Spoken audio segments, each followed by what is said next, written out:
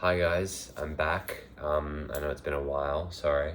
Wanted to make a quick video on essentially sort of collecting old game cartridges and like pieces of advice and things to look out for, and also sort of like goals to set in mind because it can be quite expensive to do. I found when I started, I just wanted to try out a game, so I bought PacMan, which I have right here, or Mrs. Pac-Man, I'm sorry. And I found this for about $6 on the Sega Genesis. It's not in great condition. On the back, it's pretty moldy. But the cartridge is there. It runs great. I play this with a lot of people when they come over because it's just a really good time. It's 2 players, so that's all good.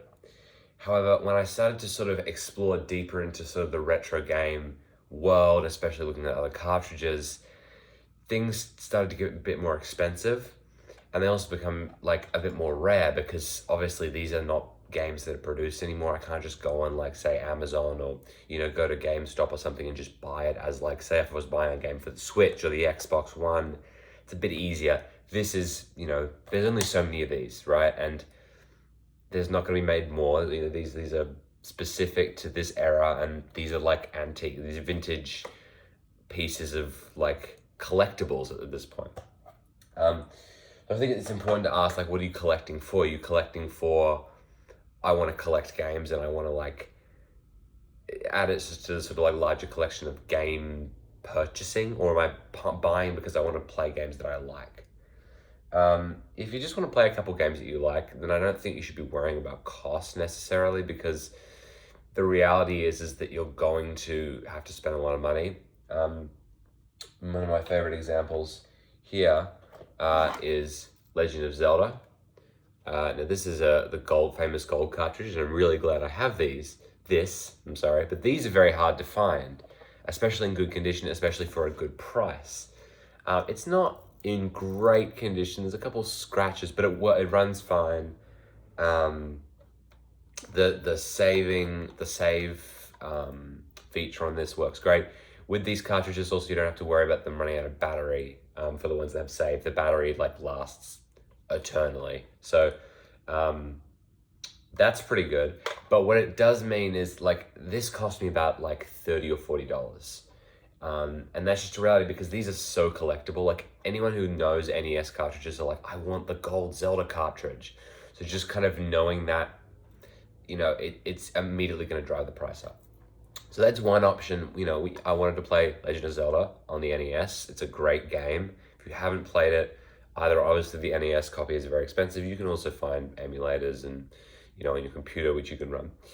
Another example is this game, Castlevania Bloodlines. Now, this is an interesting one because this game is extremely hard to find.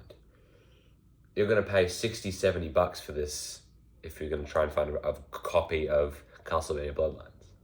So I immediately was like, okay, I want to play this game. How can I get this game without paying the ridiculous amount of money for it? So I have the game here on cartridge. It runs fine. These are copies. These are not real. These are not antiques. These are made in, I think, Vietnam. The art on this is a bit funky. It's like squished. I don't think it's supposed to look like that. However, these are not the real thing. I'm sure some collectors would probably freak out right now because I'm claiming to have a Castlevania Bloodlines. I don't. It's a fake copy, but it runs on my as I said, on my my Super Retron, the sort of multi-cartridge box I have. I mean, that's not even a real Sega Genesis, so you can make that argument as well. It comes down to the fact that this is easier to play, to play, and that's easier to use. If I wanted, I could buy an original Sega Genesis. I could try and pay the money for the copy of this game, but I'd be in a lot more debt, and I really wouldn't have it's not worth it to me. Like realistically, I'm gonna play this game for a couple hours, every now and then, hop in, have a good time, but it's not worthwhile. So that's one example. Here's a couple other examples. This is a a Japanese shooter game called Gyonog. Gyonog. It's for Mega Drive. It doesn't work, right? I bought this as another example of this new. I bought it as a way, as a way to sort of, it comes with a thick, it's a thick manual, It's great. It comes in Japanese and English. It's really cool. It looks like the real thing. Game does not work, does not run. So this just kind of sits on my shelf, looking pretty nifty, does not work. So that's one of those things where it's like, you got to think, this is, if you just wanted to play the game, it's a waste of money. Luckily, I think this is just a really cool looking box, so I'm not as disappointed, but it still sucks. Moving on slightly a little bit, Game Boy cartridges. I've got another one here somewhere. Here we go. I've also got Tetris. I've got a couple others in a box over there, but these games, you can pay a lot of money for Game Boy cartridges, Game Boy Color or Game Boy Original, because they're very highly sought after.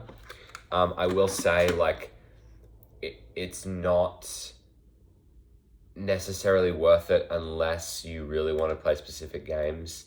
Pokemon, everyone wants to play Pokemon at some point. That's why I got it.